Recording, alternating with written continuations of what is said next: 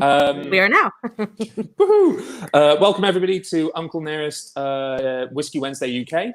I'm Matt Neal from Uncle Nearest and the UK Brand Ambassador. We've got Richie Michaels from the US. He is the National Ambassador. We have Sailor from PNW, wherever that is in America. Don't worry about it. Pacific Northwest. Is that Damn it! Oh, Yes. don't give it credence. And we have Niamh McMahon. No, McMahon? McMahon. McMahon. You nailed it. You nailed Yeah, it. definitely. From JJ Cory. Today we're going to be discussing Irish whiskey and just chatting about all things whiskey. Yeah, perfect. I'm going to jump in with the first and biggest question I had, because I made a huge faux pas in the email I sent you about Irish whiskey, which was I have no idea what a whiskey bonder is or has ever been. I have done a little bit of reading first, and I stupidly assumed from some bar training I must have had when I was still slinging drinks that all Irish whiskey was pot stilled. Not And anymore, right? Two complete and utter huge holes. Yeah, these are two huge holes in my my whiskey knowledge. So they are the first two apologies and sort of semi-questions I have for you, Niamh. It's okay, man. I'm not going to hold any grudges against you. I'm It is just not lockdown. going to look at you for the rest of the tasting. And all questions have to be directed to Sailor and Richie. Is that cool? Love it. It won't be the first time. So, yeah, well, look, pot still Irish whiskey is a style of Irish whiskey that is completely and utterly unique to Ireland, and it can't be made anywhere else. So that's why pot still Irish whiskey is synonymous when people talk about Irish whiskey. Right. But there are lots of other styles of Irish whiskey. So we have four styles: pot still, malted whiskey, grain whiskey, and blended Irish whiskey also. So it's fairly similar to what you would come across in Scotch. So malted whiskey is made from 100% malted barley. Blended whiskey is a blend of two or more styles of whiskey. Grain is grain. And pot still, according to the Irish whiskey technical profile, is made from is distilled from a mash of malted barley, unmalted barley, and any other cereal. But the kind of stickler is it has to be made from a minimum of 30% malted barley and 30% unmalted barley. It has to be both.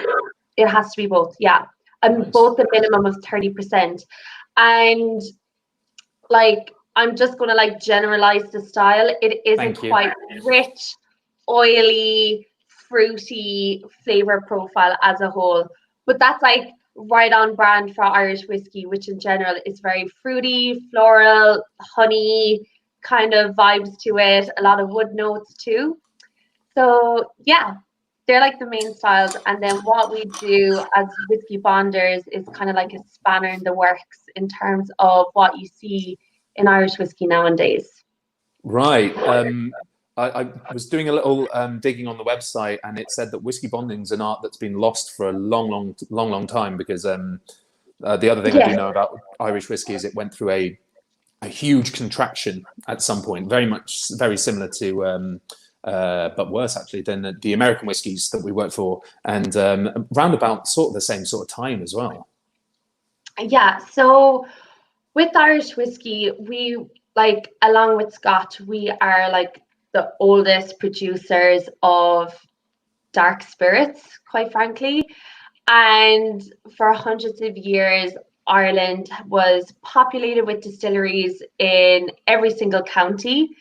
And at one point in history, we were the highest exporters of whiskey in the world. And the US was our main market, as well as most of the Commonwealth. And there was hundreds of distilleries in Ireland, around 200, thereabouts in that ballpark.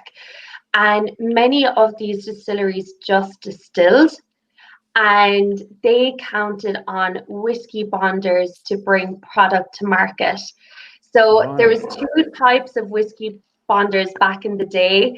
There was large-scale whiskey bonders that would have had huge operations in Dublin, the capital of Ireland, and their focus was to feed the UK and the Commonwealth, I'm getting all mixed up, the USA and the Commonwealth with Irish whiskey. And then there was small rural whiskey bonders that just ran local mercantiles and just little enterprises in their village.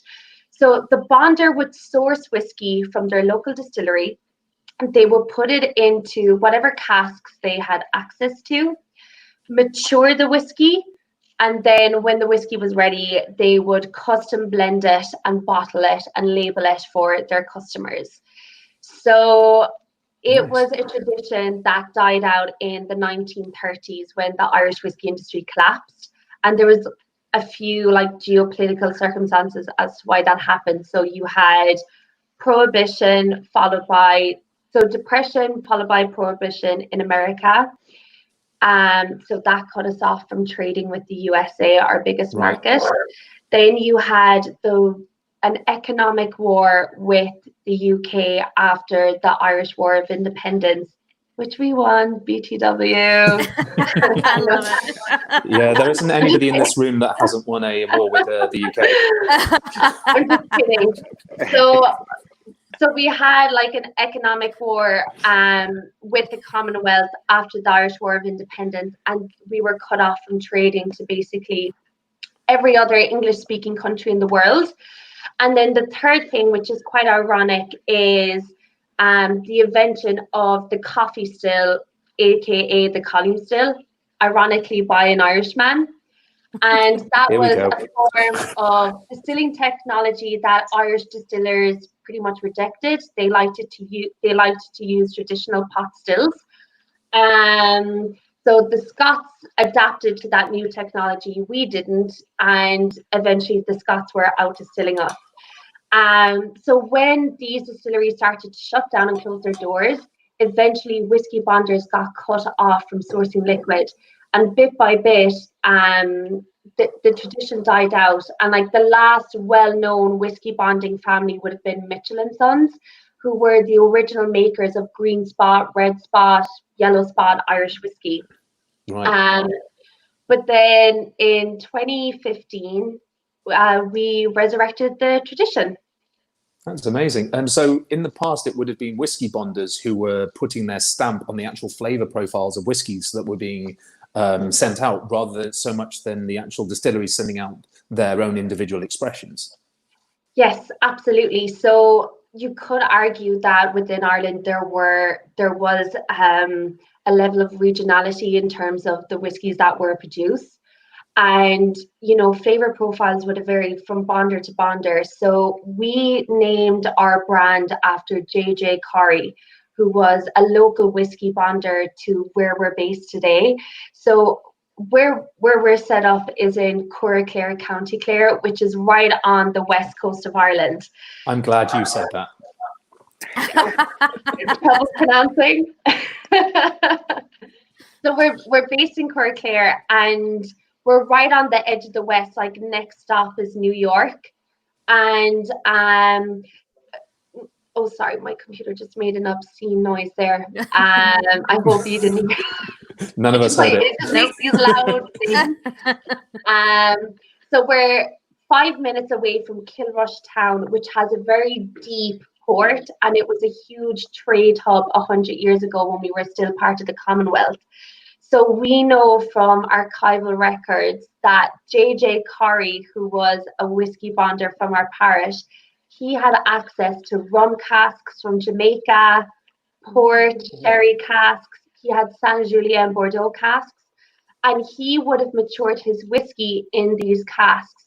And 100 years ago in rural Ireland, where the population of the town was 500-600 people, that's a pretty banging exotic flavor profile to be casually handing out to your customers. That's awesome. It is so cool. It is so cool. And like when Louise set up the company, so we're founded by this incredible woman called Louise McGuan. And Louise had worked in the drinks industry for the guts of 20 years for the likes of Pernod, Ricard, Moet Hennessy, and Diageo. And she left the corporate world back in 2013, and she really wanted to set up her own grain to glass distillery because she's from a farm. She had inherited the farm, and she really wanted to kind of secure its legacy because it was a farm that's been in her family name since records go back beyond the Irish famine. Wow. And so she was originally going to set up a grain to glass distillery, but when she discovered this old label, sorry now my hands are a little shaky. Shared Irish wine, Nice. cool. It says bonded and carefully bottled by J.J. Cory, and the year is like dated to 1898 on the label. And she dug deeper because she came across this terminology that wasn't overly familiar to her, like the word bonded. And when she dug into archival records from local libraries, she discovered the whiskey bonding tradition and JJ's story specifically. And it just hit her like a ton of bricks. And she said, I want to bring this tradition back. That's incredible, because that was another question on here. Was it like I can't remember who told me, but you've got a predominantly female upper tier in your company, haven't you? Yes, so we are the world's only. We were the world's only all-female whiskey company, but now it's changed to female-founded and female-led. So yeah, it's pretty cool, but I will say we are a very small independent company. We're a team of 6 now, and there's only one dude. So that's Wow. I love it. The upper echelons of our company are very much boutique. Yeah, the upper echelons of our company are very much stacked with a lot of very high-powered women. Richie and I are definitely in the minority when it comes to. Yes, you are. Yeah, that's it. Whiskey women are taking over the world. Get ready. Which is fine. Or sit That's down. fine. Right. I'm good. I'm good with that. So when she found out that she wanted to do the whiskey bonding, I mean, so obviously you're sourcing barrels from all over, and there's a lot more distilleries now. Do you source them and then blend straight away? Do you make sure you source the ones you think you like right now, or do you continue to age and play around with maturation and things? Okay, so we do all of the above pretty much. Okay, so for our approaches as modern whiskey bonders is, so first things first, we're not a distillery, so we need our liquid. And we do 2 things when it comes to sourcing. The first thing is we source old, rare, matured Irish whiskey from established distilleries. And they are Bushmills and Cooley, because they're the only distilleries that have matured stocks of Irish whiskey. Then the other thing we do is source new make baby whiskey. And we put this baby whiskey like that. Baby whiskey. We source baby whiskey straight off the still, and that goes straight into casks that Louise hand selects and sources herself. So when it comes to sourcing our casks, Louise likes to go either directly to their source of origin or as close as possible when getting casks. So all of our bourbon casks on the farm are from Kentucky. We've got tequila casks. We've got mezcal casks. So we've got quite a selection, because the thing is, once we have the whiskey, we're the shepherds, so to speak. Mm-hmm. And how we impart our style of maturation is how we look, our cask management, etc., and the maturation conditions. So we do 2 things then with our whiskey. While we're waiting for the younger stuff to mature in our rack house on the farm, we blend our older stocks. And a really good example of that is the Gale, which is you've got, I see it, cool. So the Gale is our flagship blended Irish whiskey, and it's the prime example of what we do with our mature stocks. And then we make these blends while our younger stuff matures and until it's ready to incorporate into blends down the line. Wow. So once we have our casks in the rack house, The flavor profile of each cask is forensically assessed, you could say, and every cask is placed into a flavor block. So we've got smoky bacon, we've got coconut, vanilla, any flavor you can imagine, we pretty much have it. And that's just the cool thing about being a whiskey bonder. We want to build up these library of Irish whiskey flavors. And specifically when we're sourcing our younger stuff, we like to work with the new independent Irish distilleries that are jumping online now and to source their liquids. So that when it comes to a blend, the world is our oyster in terms of the whiskey flavors we select and the casks that we use. So cool. That seems like a lot of freedom as well. Do you? And just a really geeky question: Do you palletize your warehouse? Do you store upright, or are you storing on the sides? We rest our casks on the side. So the reason why we do that, so in Irish whiskey, it became kind of the norm to palletize whiskey, and we don't do that. And quite frankly, it's because we've the space, we've the luxury to rest them on the bilge, and it just allows for more for the whiskey to have more contact with the wood, extract more flavor, and that's just how we like to store it. And like for Louise as well, it just felt like what would have been traditional and what JJ would have done. So there's that aspect to it too. So in our rack house, we can store up to 500 casks. So there's plenty of space for them, which is good. That's fantastic. Richie, in our distillery, our single barrel offerings are all. We don't palletize at all, do we? No, the single barrels are one rick high, which generally in the industry over here, one rick means 3 barrels. You have or one level is 3 ricks, which is 3 barrels high of a single level. So we can only really fit a single level. That's the last I saw anyway. We're currently building it, so maybe they squeeze some extras in there. It'll be a skyscraper next time. But the wood that we are using was a single rick that was dismantled from the Jack Daniel distillery that was going to be essentially trashed. And so because of our connections there, we were able to get hold of those old ricks and reconstruct them. So cool. It's pretty amazing.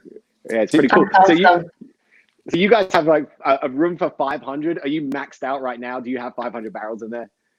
So we're not fully maxed out yet, which is good, but we do have plans to build another rack house. So our rack house is beautiful. It's kind of like a Frankenstein bride of a Kentucky style maturation house and a Scottish style dunnage house. And so it's got nice, like a dome ceiling. It's insulated because it's freezing cold in the west of Ireland. If the weather is not the best. And we've huge south-facing windows running along the length of the rack house. So even in the dead of winter, we can keep the ambient temperature up in the rack house. And I think in the space of 5 years, we've only dropped below 7 degrees, like 2 or 3 times, which is quite an achievement.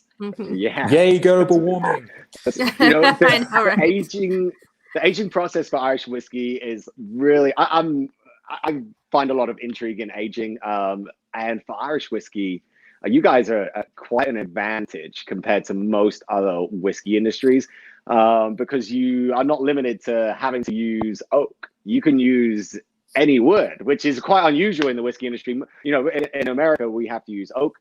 Most whiskeys around the world specify they have to use oak, but Irish doesn't. So you guys are at a little bit of an advantage.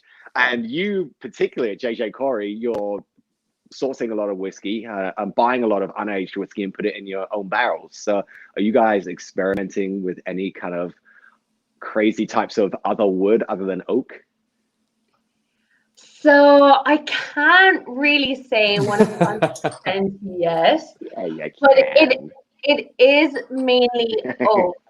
I will say it is mainly oak, but we are got feelers out for different wooded barrels, which is pretty cool. If I guess it, will you tell me? Like, are you one- all experimenting with think any one straight ice chestnut, twice maybe? for now. Anything from Japan, perhaps? Yeah, anything God. Japanese? No. If you can afford it. I know. Any I know. chestnut? That's a good one. Anything French, maybe? Mm.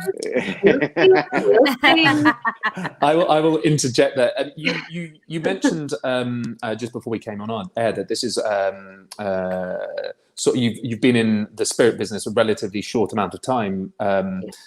So how did you actually get involved with the company then? Okay, so it's a bit of a long story. Well, we've got whiskey, Irish so person never told you a short story, like long story means short. No. So I had graduated college and I had no idea what I was going to do at all. And a friend of mine had started a graduate program that is run by a lobbyist group in Ireland called IBEC. And it is specifically for the food and drink industry. And it's an international graduate program, and many graduates go work for distilleries. So this particular friend was working for Kilbeggan in Boston, and I was just texting one day asking him how the job was getting on and stuff like that. He was like, I think you should apply for this. I think you would love it. And so I dug a bit deeper into the graduate program, and I discovered Louise and Cory Irish Whiskey.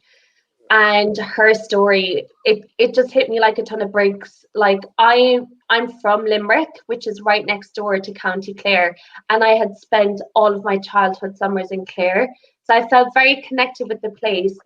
And I'm a farmer's daughter too, and I just think it is so amazing, like making your own product and going out there and selling it and growing your brand and your name. And I just thought it was such an amazing opportunity. I knew nothing about whiskey, only drinking it. And sometimes that's enough. sometimes that's enough. And then like 5 interviews later, I got the job and off I went to London to spread the Cory word. So I've been kind of pinching myself for the last year and a half because it's just so amazing. It's been that soon? That's amazing. Yeah. Yeah, was your friend in Boston, was that Michael Egan? Oh, do you know him? It wasn't Michael Richie though. knows everyone. It wasn't Michael, but his name is Cahill. He worked for Kilbeggan for the past 2 years in Boston. He's great. So yeah, he recommended the grad program to me, and Very that's cool. how I fell into the crazy world of booze and whiskey. And it was like stepping through the Narnia wardrobe into a completely different world, and I was like, "What is going on?" I mean, especially if you've got some of the aged whiskies. I mean, I've got a glass of the Batch One Gale here. Is that how you pronounce it? Yes, I'm gonna pour myself a little glass of it too. I've been very good. I've been drinking water this whole time. Yeah, so have I. It's been really, really hot here. So Oh, please, I don't want to hear it. Sadly, I couldn't get any Cory Either. in Kentucky, sadly. So I'm just drinking some Redbreast 12 right now. That's what I have. Good. That's Yeah, exactly what I have. it's delicious. yeah. It sounds like a dream. So it sounds like what Louise is doing is the dream of probably most people in the whiskey business, to be able to kind of, quote unquote, retire from whatever you were doing if you were with a brand and go, I'm just going to blend delicious whiskey and have fun and play with different things and just have no rules and just do whatever I want. And I mean, I think we love, I don't know, that's everyone's dream, I think, in the business. So I think that sort of style of creativity and stuff, and obviously, like looking at some of this stuff, I mean, it's so light and it's so like pale in color that it completely belies how much actual wood flavor you get in it. Yeah, Like listen, the Gale is just banging with flavor. It really is amazing. But like that's it. Louise pretty much marches to the beat of her own drum, which is amazing and is completely led by her own creativity, but she has such a deep understanding of kind of what people want. And 5 years ago, the blended Irish whiskey category, not a lot was happening with it. And there was a stigma attached to Irish blended whiskey, and it was very much considered like bottom shelf drinking. Like you shoot that sucker in a pub after, 6 beers, and that's how you drank Irish whiskey. But the thing is, blends are beautiful. It takes so much skill and an incredible palate to make delicious blended whiskey. And I think we're finally getting there globally, because that was certainly the case in the US as well. Not only were we so attached to, what age is it? Where, just really, really such confinement, such an old man's idea of what you should be drinking. Yeah. And finally, thanks to a few they were smaller distilleries in the US blending, we've understood what an art that is. And the same thing's happening with Scotch whiskey as well. And thank God that we're getting more education on the category of blended whiskey, because it's not the poo-poo word that it used to be. Really, for every whiskey, blended was ugh. We're not quite there yet. I know. We're getting there. Still is just weirdly a dirty word. Yeah, in the American whiskey industry, but it's definitely getting better. And, Same over here. We had Nathan Shearer on about Japanese, and the Japanese, thank goodness, some of their blends have been absolutely phenomenal, and they almost led the charge with the sort of like making blended not a swear word. Well, same with Jefferson's, Trey Zoller. He really, I think, is the one who kicked the heads of the bourbon world and said, listen, enough. Let's be creative. Let's have fun. I'm going to make a delicious juice. And really, we know now some of the highest art in whiskey is in the blend.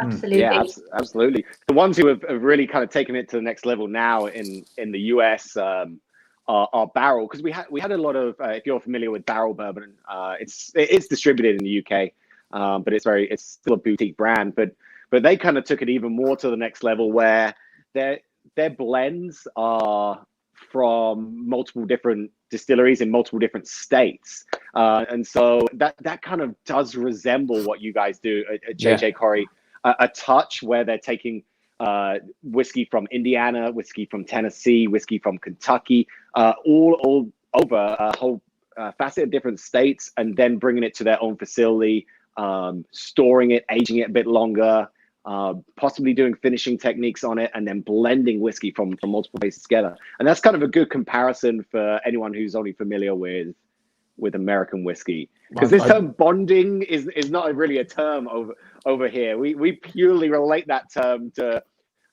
tax and well, it's not a term tax over purposes here. and you are literally the first in so many years. Yeah, bonding stems from tax reasons as well in Ireland, because listen, if anyone's making whiskey or alcohol in general, the government's going to figure out a way to tax you through the absolute, where, get their money.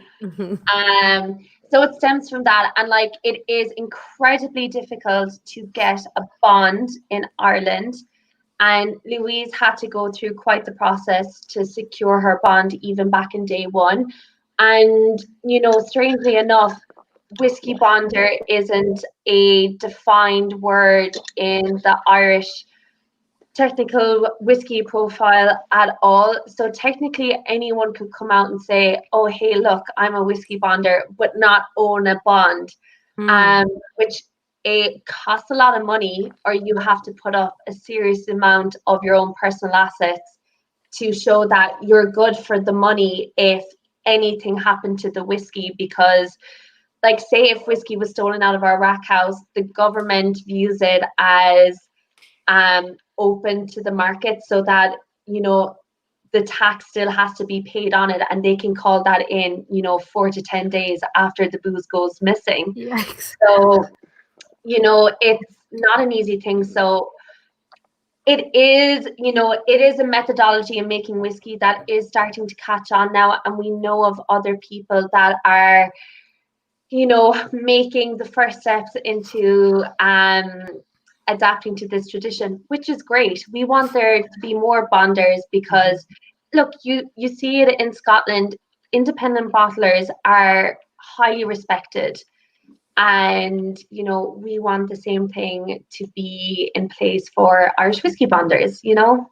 Well, I guarantee if there's more whiskey coming out that tastes like this, it's absolutely stunning. I mean, this is just pineapple and like yellow fruits and like melon and papaya on the nose. It's crazy. Oh, it's so good.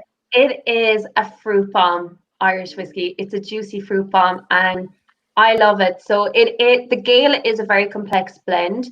It's 60% malt, and that malt has got 26-year-old, 15-year-old, and 13-year-old in the blend. And then it's 40% 7-year-old grain.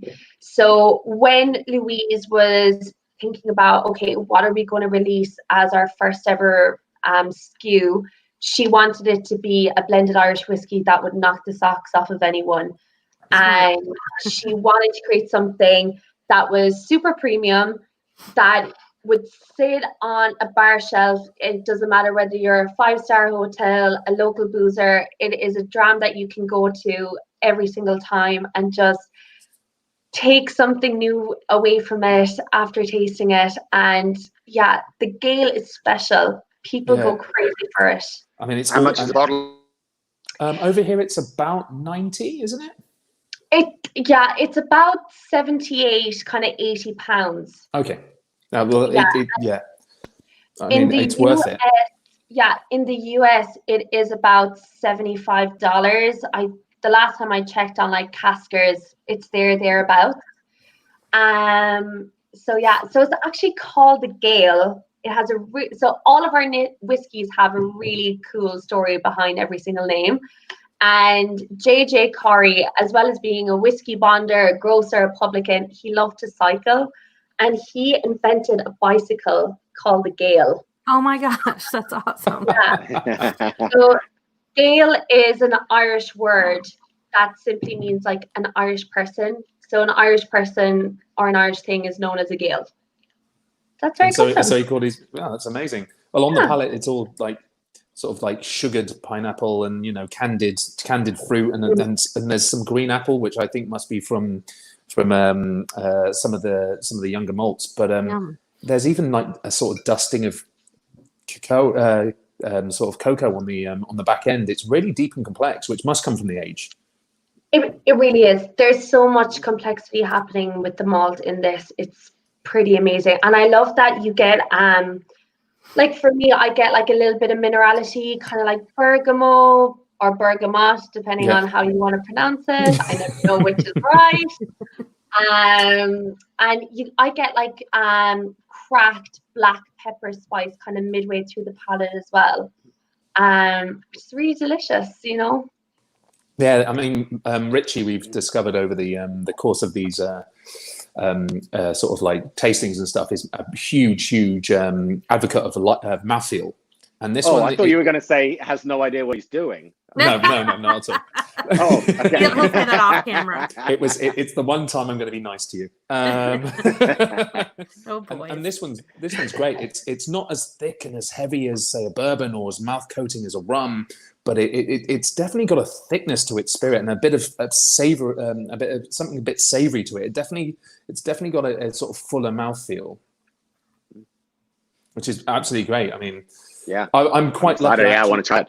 Oh mate, I'm quite lucky. I got because I knew you two wouldn't be able to get an expression. I managed to buy two, so I actually bought the Sonas as well. I know nothing about the Sonas.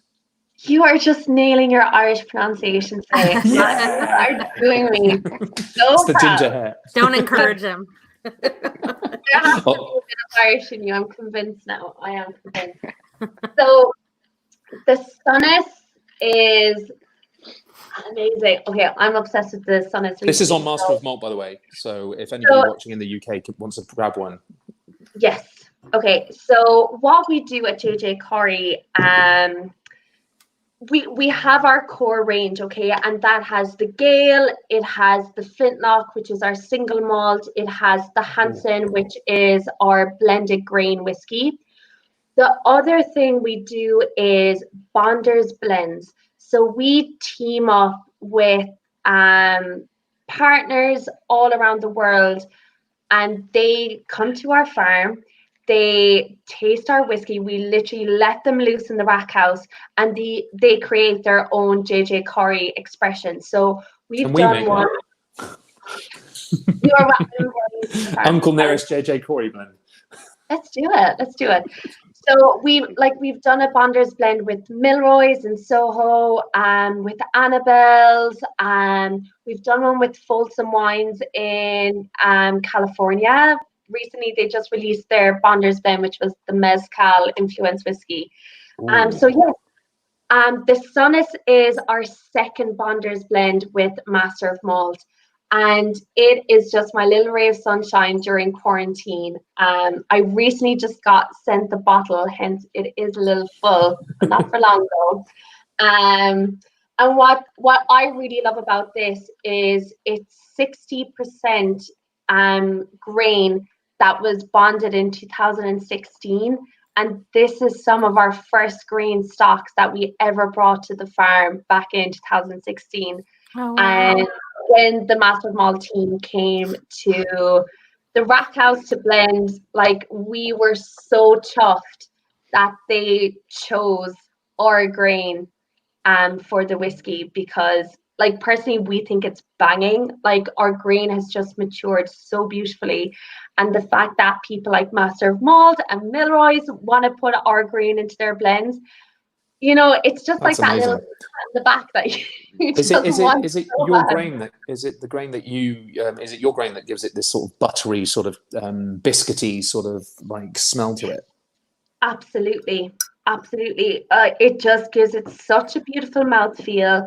It has that buttery texture. I get a little bit of ginger in this, and I think that stems from the grain a lot. What do you think? Oh God, there's lots of honey and grain in that. That's like it's like honey in your porridge. But there's still the fruit. There's still the fruit in there. There's still a lot of fruitiness in there. It's kind of like stewed apples for me, like kind of orchardy, fruity kind of notes. Yeah, it's and then this one's a lot bigger in the mouth actually, and then on the end it's sort of dry, sort of coffee-esque, sort of like sort of darker, richer. It's very different to the Gale, but it's still absolutely beautiful. Completely different, but isn't that what's so cool about making blends? Just how exactly. Like, because when we blend, we do really small batches. So in certain scenarios, we're just partially disgorging our casks. And it's so amazing to see a cask that has gone into one blend versus a cask that has gone into another blend, and the difference between the two. It's so cool. So you can use the same barrel in different blends. Really small batches. That is it's really like the Sunnis was. If the number is here, the Sunnis was a run of 372. Sometimes we just do 22 cases of 6. That's what 132 bottles. 372. So that's about 100 gallons of liquid. That's very small. It is very small batch, and yeah, like that's what we do. Like, it's very hand driven, small batch blends. We're just all about that flavor flav. You know? I'm going to have to ask you, Richie, how much comes out of a normal single barrel bourbon? I know it depends on age. Yeah, it depends on the age. So you go in with 53 gallons, and then your first year in Kentucky, Tennessee area, your first year you're going to lose anywhere from 10 to 14, maybe 15% to evaporation. Your second year you're going to lose about 8 to 10, and then third year it'll drop down to 5 to 7, and then 4 to 6, and then you'll generally lose about 4% per year, compounding every year after that.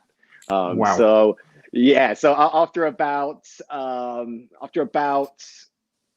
8 years to 10 years on average, you can expect to have about 30 gallons left, and then it diminishes about 4% annually, compounding from there. So it's a lot of evaporation. Mm-hmm. Do you get the same sort of evaporation in Ireland? No, we're very akin to Scotch because our climate just allows for it. So it's not that bad.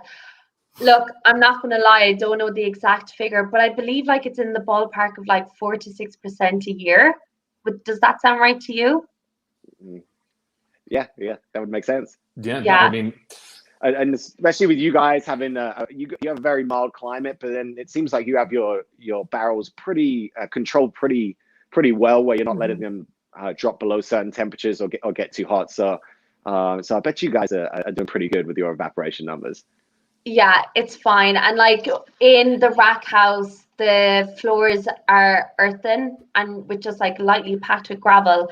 So we can naturally regulate the humidity ourselves. So on days where it's too dry, which is rare, we just get a hose pipe and water down the floor.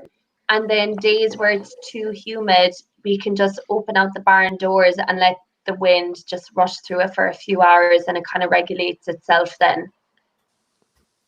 That sort of regulation is just, I mean, it's so quaint, if you know what I mean. It's wonderful that there's that sort of tradition, because a lot of people when they come up and they see whiskies and stuff like that, they just assume that everybody's gone super technical, everybody's in like an air conditioned warehouse, everything's kept the same, and there is a bit of a cynicism when it comes to certain liquids coming. So it's really nice when you work for a smaller company like we all do here, that you can actually tell the little quirks in the liquid that give it its character and its flavor. Totally. That's the best part about it, Now, Completely. when we're not in a quarantine lockdown, are we able to come visit JJ Cory? Yes. So, oh my God, we are dying for people right now. Don't you miss people? Yes, I miss people so much. And I miss smelling distilleries. Lads, I miss Oxford Circus Tube at 6 o'clock You're mental. in the evening. Completely. Oh, wow. That's the level of people I'm after. She's still new to London. Give her time. I don't think I've been through Oxford Circus Tube like in the last 5 years. Oh my God. Yeah. I'd rather walk. But no, I completely, like Milroy's. I miss Milroy's. Richie knows Milroy's very well because they've been really good to our brand as well. And I just miss walking in and seeing and just sitting down and having a chat to the person next to you. Yeah. It's awesome. It's such a great spot. I can't wait to go back. So you guys do distillery? No, sorry, you don't have the distillery, but you do farm visits and stuff like that. Do you? Yes. We do. So actually last week we have officially launched our JJ Cory farm experience. So obviously when COVID-19 hit, we completely had to pivot on all of our plans for this year. Before we had signed up, we had contracts with these high-end bespoke tourism companies that we were just going to do very small tours for certain people visiting local 5-star hotels in our area, because where we are in West Clare, it's so stunning. There's so many tourists and we're surrounded by these beautiful hotels. So all of that was put in place and we were ready to go. But then obviously with COVID, there is zero international travel going to be happening anytime soon. But that's okay, because now that the entire team is in Ireland, we've had the time to kind of rejig what we were going to do, get the farm ready. And from the 20th of July, we're going to be welcoming very small amounts of people at a time to come visit the farm. So it's going to be very social distancing friendly, because we're just blessed with the luxury of space on the farm. Right. So tourists can come see the rack house, our bonders blending room, where we blend all of our expressions on site. And then on the farm is an 18th century barn that was actually like the original homestead of Louise's great grandmother.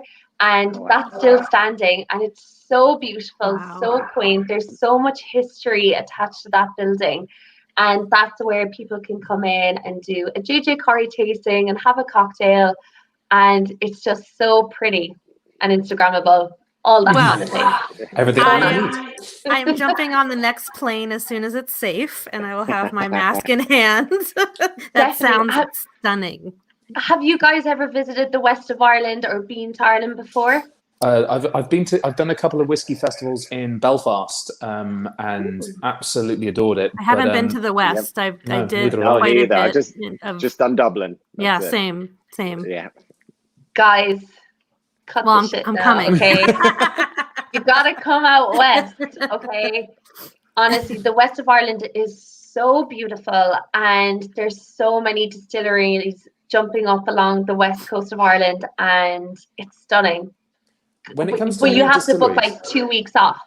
When it comes to some of the new distilleries, I mean, I know nothing about anything, the sort of the innovation that's happening in Irish whiskey. Have you got a couple that you'd recommend us looking out for at all, or anything like that? Yeah, okay. So I think one to watch is Killowen Distillery. So they're based up in the north of Ireland, but what they're doing is really cool. Like, they're going back into the history books on really old mash bills, particularly when it comes to pot still, and kind of recreating old recipes. And I've tasted some of their new make, and it is divine. Like, the flavor coming out of it is next level. And they've recently done a tequila influenced whiskey, which I think is pretty cool. So they're definitely ones to watch coming down the line for sure. And where are they located? Oh, I want to say County Down, but I could be so wrong, and I'm really sorry. I'm just trying to plan my trip out in my head. So here's what I'm thinking. I think we fly into the Highlands. We make our way over to Islay, and then we take a boat from Islay down to Ireland. Yes. Come and visit me in London as well. Port Ellen out there and take a boat down. And, and then I'm here for it. Afterwards. Yeah, that sounds amazing. I'll definitely join you on that. Yes, we're going to start. I think we're sort of getting short on time and going to start wrapping up. But just before we go, is there any new releases that are coming out soon that we should look out for? Well, yes, I would say the Hansen, which is our blended grain Irish whiskey. So we released this 2 weeks ago, smack bang in the middle of COVID-19. Oh, isn't it so fun? Which is pretty, which I think is pretty cool. And what is really interesting about the Hansen is it is a blend of grains from different distilleries around Ireland, which hasn't really been done before in recent times. Normally it's just single grains. So we've got a mix of 2 distilleries in this bottling, and it's like perfect for highballs, perfect for summertime, and it is home drinking. Exactly. So it's coming to the UK very soon. It is on irishmalts.com right now, and they ship globally as well. Oh, that's amazing. Why didn't you know that? Then I'm just going to say thank you, Niamh. That's been absolutely amazing. Thank you for coming on the show and chatting to us all. That's and where fantastic. can we find you on social media, Niamh? Oh, okay. Okay, so this wasn't done on purpose, but as my name appears on the screen, that is my handle on Instagram. Perfect. So perfect. But then the JJ Cory page on Instagram is called Whiskey Gate. So please give us a follow if you're watching. We'd really appreciate it. And guys, thank you so much for having me on. Oh, it's a pleasure. You've been an absolutely great guest. And thank you. Thank you so much. I think we've got, is it Mark Thompson on next week? Yes. Yeah, so we've got Mark Thompson from, for everybody who's listening and watching, whatever, we've got Mark Thompson from Glenfiddich on next week. And let's hope that isn't that many of these shows left in quarantine, and we can all like readily get whiskey and watch these when we get home after afternoon out. And I would like to say a special cheers to whiskey women, today Yes. who are literally changing the face of whiskey around the world. Yes. So Absolutely. Sadie, Yes. you do a whiskey women thing in your market, don't you? I do. So Niamh, I'd love to have you join us. I'm teaching. It's mostly entry level gals who are afraid to go to whiskey tastings and be kind of mansplained and ask the stupid questions. And it's a real thing. So we have these groups and they feel so comfortable to ask questions and they're learning so quickly, which is so beautiful. I actually blind tested them last week and they could identify categories, which was huge. That's more than it. So we dipped our toe into the Irish category, but I would love to have you. I'll secure a bottle and off of Caskers, and I would love to have you join us virtually. Oh my gosh, amazing. We work a lot with the Women Who Whiskey Society, both in the States and in the UK. Awesome. And we host so many of these events and we absolutely love them. So please, I would love to be involved. Absolutely. I will get in touch with you about that. Amazing. And I did post links for purchasing JJ Cory whiskey in both the US and the UK here in the comments, so you can check that out. And we are here every night at 7 p.m. every Wednesday for UK Whiskey Wednesday. That's 7 p.m. in the UK. 11 a.m. for myself, which is a little painful. You can put whiskey in your coffee. It's got a unicorn on it and says magic. Also, tonight we have a very special virtual whiskey tasting. My whiskey brother right here, Richie Michaels, will be taking us through all 3 expressions of Uncle Nearest. So please join us for that at 8 p.m. Eastern time. And you can just check our Facebook actually when you come out of here. And we have a little reminder for it. And you can download our tasting mat and ask all the questions that you've ever wanted to ask us. Now will be the time. So we look forward to seeing you then. I'll definitely join that as well. It's going to be a long show. All of them. Thank you, everybody, for giving us a watch. Thanks, everybody who watched. And I will see you next week. Thanks so much. Guys. It's a pleasure. Bye. Thank you. Cheers. Thank you.